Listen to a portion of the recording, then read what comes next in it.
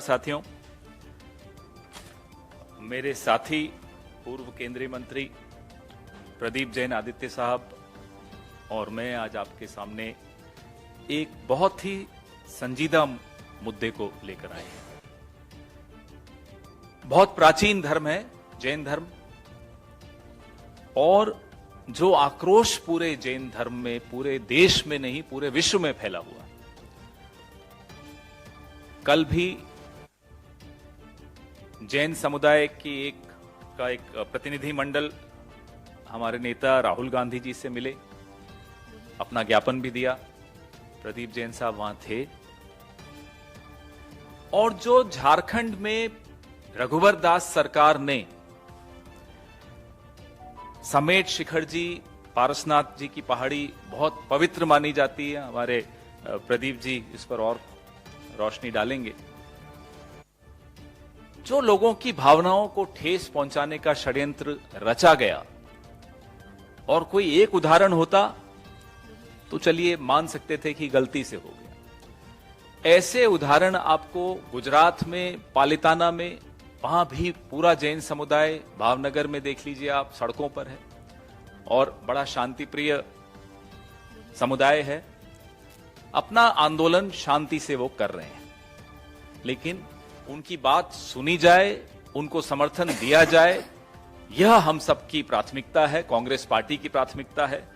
हम लोग राहुल गांधी जी के नेतृत्व में भारत जोड़ो का नारा दे रहे हैं, और कैसे एक समुदाय को दूसरे से लड़वाने का काम करने वाली सरकार भारत को तोड़ने का काम कर रही है, नफरत घोलने का काम कर रही है। मैं आपके कई सवाल होंगे उसके बाद, लेकिन उससे पहले मैं चाहता हूं कि समेट शिखर जी पर, पालिताना की शत्रुंजय पहाड़ी के ऊपर वहां जो हो रहा है, उन सब बातों पर प्रकाश डालें मेरे साथी प्रदीप जैन आदित्य जी, पूर्व केंद्रीय मंत्री। आप सभी को नव वर्ष की बहुत बहुत शुभकामनाएं। मैं कांग्रेस का एक कार्यकर्ता हूं, लेकिन अति अल्पसंख्यक समाज का भी एक बेटा हूं। और चूंकि जैन समाज को महत्व देने के लिए राहुल जी ने, श्रीमती सोनिया गांधी ने, डॉक्टर मनमोहन सिंह ने भारत सरकार में, जब मैं पहली बार सांसद बना तो मंत्री भी बनाया। और उस समय एक जो जैन दर्शन के अनेकों वर्षों से एक जो पूरा एक मन में पीड़ा थी हमारे चारों संप्रदायों में, दिगंबर, श्वेतांबर, तेरापंथी, स्थानकवासी, और उनकी एक मांग थी कि इस अति अल्पसंख्यक समुदाय को अनेक राज्यों में माइनॉरिटी नहीं माना गया, गुजरात में भी नहीं माना गया, और भारतीय जनता पार्टी की मानसिकता ही नहीं थी कि जैन को वो अल्पसंख्यक माने। और हम लोगों को यूपीए सरकार में राष्ट्रीय स्तर पर अल्पसंख्यक का दर्जा मिला, जिससे राज्यों में स्वतः हमारे जो देव शास्त्र गुरु के उपासना के लिए जो अधिकार होते हैं वो हमें प्राप्त हुए। आज ऐसी अहिंसक समाज जो हमेशा राष्ट्र के निर्माण में, हमारी आबादी माइक्रो लेवल पे अल्पसंख्यकों में भी सबसे कम है,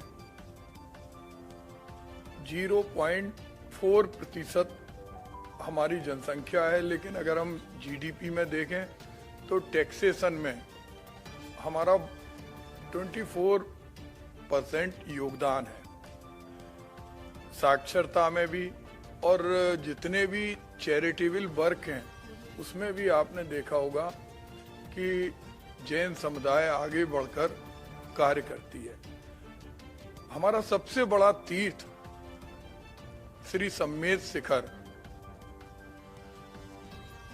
24 तीर्थंकर जैन समाज में उन्होंने जन्म लिया और निर्माण प्राप्त किया, उस पवित्रतम पहाड़ पर आज भारतीय जनता पार्टी के कारण एक संकट छाया हुआ है। और सबसे बड़ा दुर्भाग्य इस बात का है कि संकट होने के बावजूद भी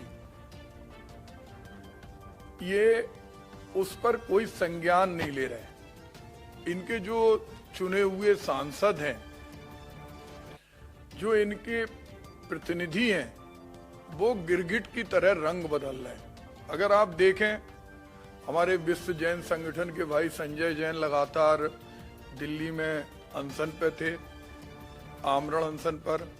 जयपुर में अभी आपके संज्ञान में होगा हमारे पूज्य महाराज श्री सुखदेव सागर जी, उन्होंने अन्न जल त्याग दिया था और उनका समाधि भी हो गई। लेकिन भारतीय जनता पार्टी के किसी भी नेता के द्वारा, माननीय प्रधानमंत्री के द्वारा इस पर कोई संज्ञान नहीं लिया गया। आज 2018 से हम चर्चा करें, ये संकट कब से शुरू हुआ। 2018 में झारखंड सरकार में भारतीय जनता पार्टी की सरकार थी। रघुवर दास उसके मुख्यमंत्री थे और केंद्र में भारतीय जनता पार्टी की सरकार थी। उस समय इनके मन में एक भावना आई कि इस पवित्र तीर्थ को कैसे हम षड्यंत्र रचकर आर्थिक स्रोत का आधार बनाएं। राज्य सरकार ने एक योजना पूरी बनाई और केंद्र सरकार ने 2 अगस्त 2019 को एक गजट नोटिफाइड किया। हम लोग जानते हैं कि जिस तरह हमारे मुस्लिम संप्रदाय में जो महत्व मक्का मदीना का है, क्रिश्चियन के लिए जो वेटिकन सिटी का है, हमारे हिंदू भाइयों के लिए जिस तरह गंगा माँ और पूरे चारों धामों का है, उसी तरह जैन संप्रदाय के लिए शिखर जी वंदनीय, पूजनीय और एक एक कण पवित्र है। जब इन्होंने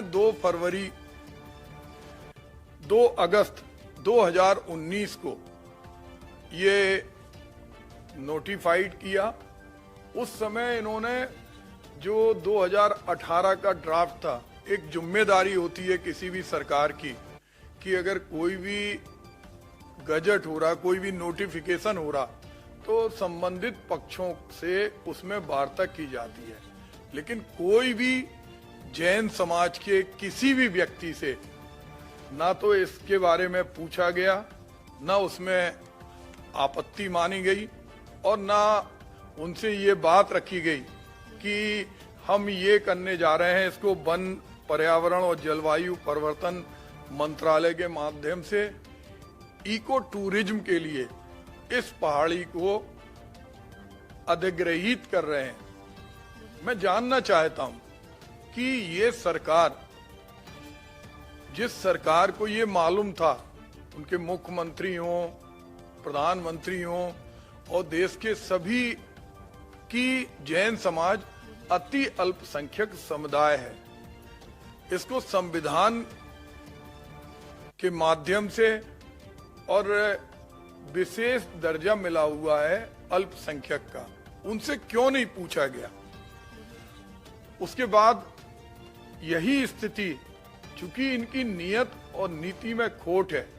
अगर हम गुजरात के अंदर देखें तो गुजरात के अंदर लगातार जो वहां का पवित्र स्थल है, जो शत्रुंजय, जो पालीताना का पवित्र पहाड़ है, वहां पर भी बहुत सारी समस्याएं दिन प्रतिदिन उत्पन्न की जाती हैं जानबूझकर।